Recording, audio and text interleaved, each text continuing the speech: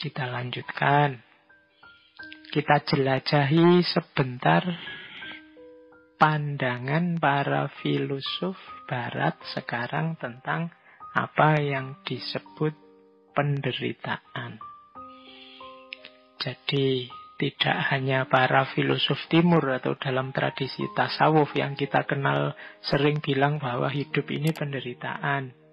Beberapa filosof besar barat, bahkan filosof-filosof kunci juga punya pandangan bahwa hidup ini isinya memang kesulitan, kesusahan, penderitaan.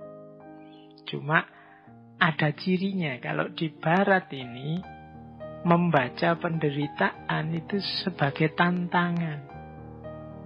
Jadi penderitaan itu sebagai fase yang penting kita sadari untuk kita berkembang lebih baik. Begitu kita sadar, wah menderita ini, aku susah ini. Ini di barat biasanya dipandang sebagai tantangan. Gimana caranya aku keluar dari penderitaan ini, aku bisa menang dari penderitaan ini. Itu ciri peradaban barat. Misalnya ada pandangan dari, dulu pernah kita bahas, Arthur Schopenhauer.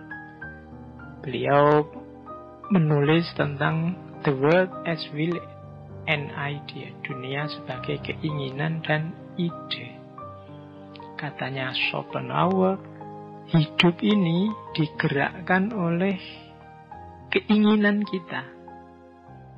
Hari ini kita masih bisa hidup, bergerak, aktif, itu kan karena ada keinginan.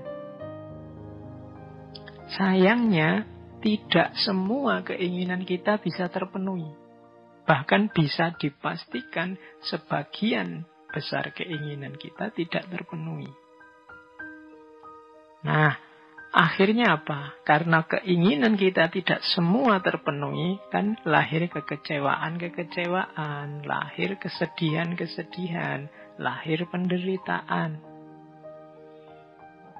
Jadi, ternyata manusia itu hakikat hidupnya adalah menginginkan sesuatu, tapi di balik keinginan itu ada kondisi bahwa tidak semua keinginannya terpenuhi. Berarti apa? Ya hidup ini ternyata intinya ya memang sulit, menderita. Kalau gitu apa gunanya hidup? Bunuh diri aja kok, katanya Arthur Schopenhauer, ya jangan dikira bunuh diri itu bebas dari penderitaan, bebas dari keinginan. Justru bunuh diri itu kita terjebak pada keinginan yang lain. Keinginan untuk mati, keinginan untuk tidak ada masalah kalau saya sudah mati. Bisa-bisa kita tertipu. Jadi ingin bebas dari penderitaan dengan mengakhiri hidup, karena menganggap hidup ini serba penderitaan, tapi kita terjerat oleh penderitaan yang baru. Terjerat oleh keinginan yang baru. Jalannya, katanya Schopenhauer, bukan dengan cara mengakhiri hidupnya, tapi apa? Mengontrol keinginannya. Jangan terlalu banyak karep, jangan terlalu mengandai-andai punya keinginan yang aneh-aneh. Nah, itu bisa jadi solusi untuk mengakhiri penderitaan. Jadi katanya Schopenhauer, ya diatur saja keinginannya. Jangan menginginkan yang aneh-aneh, yang tidak terjangkau, sehingga kita tidak banyak kecewa.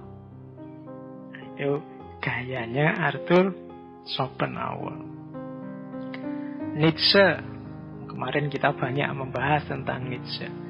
Nietzsche punya quote yang sangat terkenal, "To life is to suffer.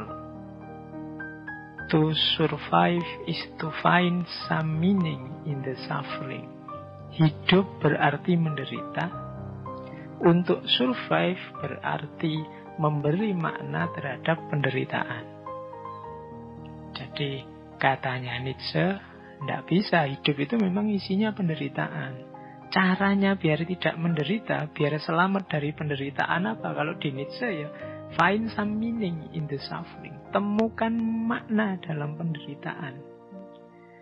Di pertemuan 2 minggu yang lalu kan kita menyebut secara fenomenologis setiap orang menempelkan makna. Jadi tempelkan judul, tempelkan makna agar penderitaan ini tidak berbunyi penderitaan. Di sesi kemarin saya contohkan ketika ada teman kita diputus pacarnya, jangan dikasih judul diputus pacarnya ini sebagai dia sedang disakiti atau dicampakkan oleh pacarnya. Kasih saja judul dia diselamatkan dari pacarnya yang tidak beres itu. Oh, itu meaning namanya.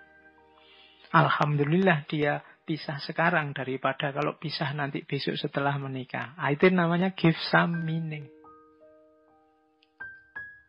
Mahasiswa yang tidak lulus-lulus, jangan dikasih judul tidak lulus-lulus, nanti stres. Beri saja judul mahasiswa yang harus lebih banyak belajar lagi. Mahasiswa yang diberi kesempatan untuk belajar lebih lama, dan seterusnya. Itu namanya give some meaning. Jadi, kalau kita membaca secara lugu, ya penderitaan tetap penderitaan. Tapi jalan keluarnya apa? Tempeli makna yang cocok sehingga tidak menderita. Kalau ada orang membentak kita, misalnya kita melakukan apa yang menurut kita benar, menurut dia salah, jangan dibaca itu sebagai bentaan kemarahan, tapi baca saja itu sebagai peringatan kepedulian, simbol kasih sayang. Wah, kita tidak jadi sakit hati. Jadi hidup ini memang menderita, tapi ada jalan keluarnya. To survive is to find some meaning in the suffering. Beri makna saja yang cocok sesuai keinginanmu, yang membuatmu bahagia.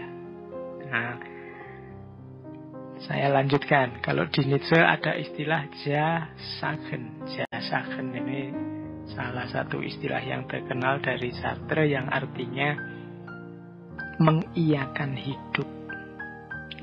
Hidup ini memang penderitaan, tapi jangan ditolak.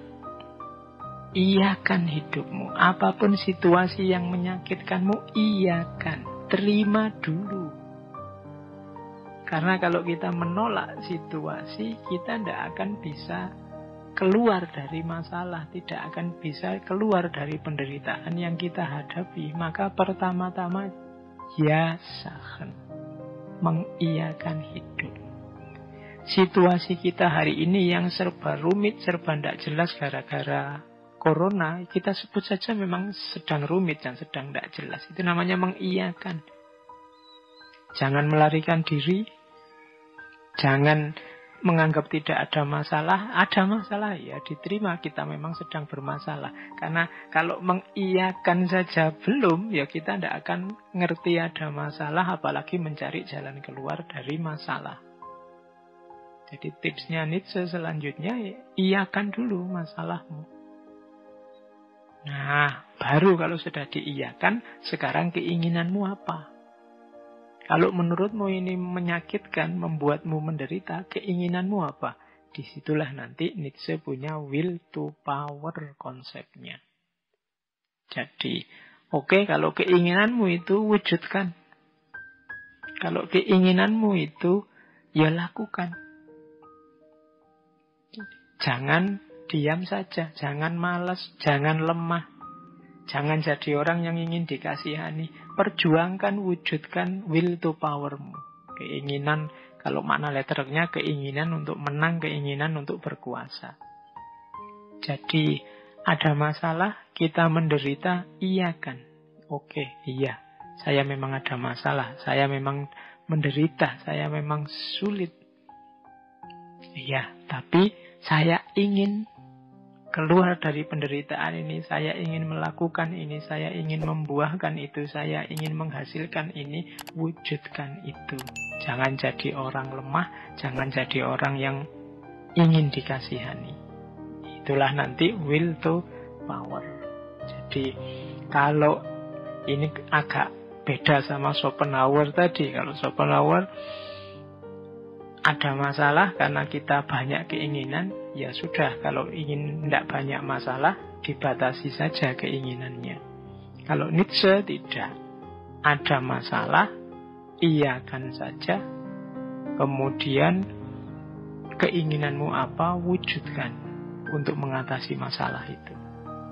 Nah, jadi kalau Nietzsche malah perjuangkan, wujudkan. Kalau di Schopenhauer kontrol dan batasi.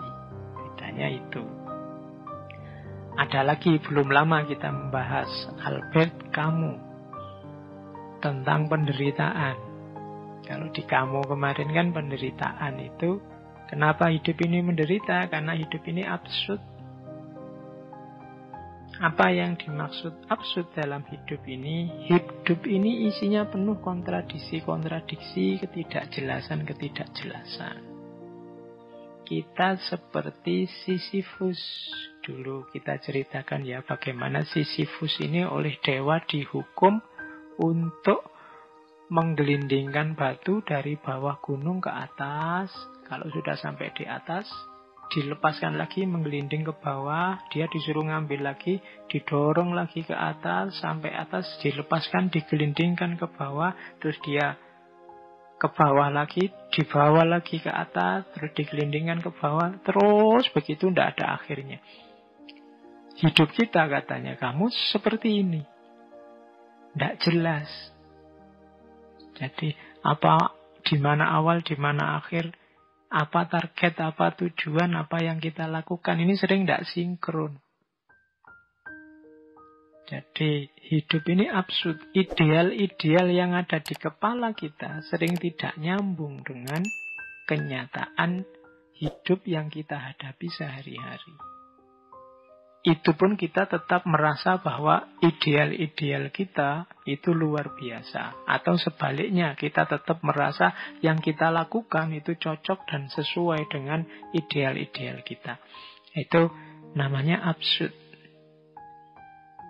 Tapi katanya kamu, iya sih hidup ini memang begitu. Semua orang juga begitu. Tidak ada hidup yang tidak absurd. Jalan satu-satunya apa? Ya nikmati saja hidup yang absurd ini. Kalau ada masalah, dicari jalan keluarnya. Jalan keluarnya kok absurd? Ya tidak apa-apa, kita nikmati saja. Memang hidup ini cirinya absurd. Itu Albert Camus. Sama seperti tadi, Sisyphus tadi, sampai kiamat harus mendorong batu ke atas, terus menggelindingkan ke bawah, terus didorong lagi ke atas, digelindingkan ke bawah. Tapi dalam ceritanya Sisyphus ini gembira. Kalau kita kan stres itu, disuruh dorong batu dari bawah ke atas, kurang kerjaan. Tapi sebenarnya kita dalam banyak aktivitas juga kayak Sisyphus ini, kurang kerjaan. Jadi banyak hal-hal tidak penting, banyak hal-hal sepele terus jadi sepele besar, luar biasa. Kadang-kadang yang penting, urgent, jadi sepele. Betapa absurdnya hidup kita. Nah itu katanya kamu, ya tidak apa-apa, ya hidup memang begitu absurd, nikmati saja dan hadapi. Kalau kamu ingin berjuang, ya berjuang saja dan nikmati perjuangan itu, meskipun seabsurd apapun usaha dan hasilnya. Nah, dari 3 tokoh ini mungkin bisa tergambar. Jadi seperti apa gaya para filosof barat menghadapi hidup yang cirinya penderitaan. Jadi barat terasa lebih optimis. Penderitaan diposisikan sebagai tantangan yang harus ditaklukkan. Itu perspektif barat.